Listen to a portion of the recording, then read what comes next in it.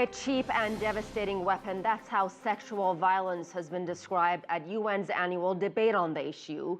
Rape is a common problem in conflict, one that is often carried out with impunity. With more than 20 conflicts raging around the world, the Security Council met to discuss recommendations put forward in a new report. CCTV's Nick Harper has details. According to the United Nations, rape has become a destructive and pervasive problem. The Secretary-General's report identifies 34 armed groups in 21 countries suspected of rape and sexual violence, including government soldiers. Abuses in African countries were highlighted, including in Central African Republic and Democratic Republic of Congo.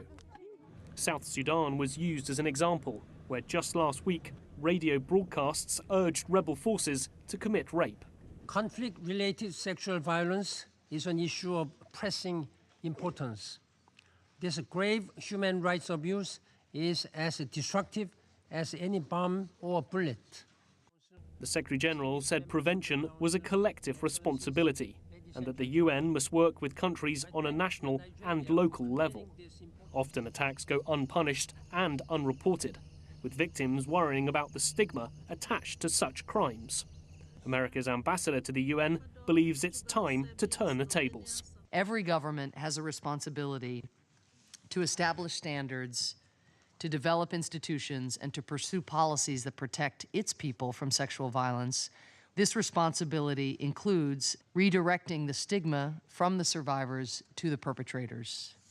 Many delegates echoed the call that now is the time to hold rapists responsible.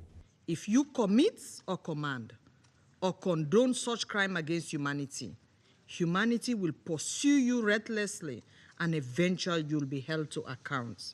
The UN notes there's now a greater willingness to tackle the problem than ever before. 140 UN member states have already pledged their support to end sexual violence in conflict. But the UN says it now needs a concerted strategy across the globe with the support of every government. Nick Harper, CCTV at the United Nations in New York.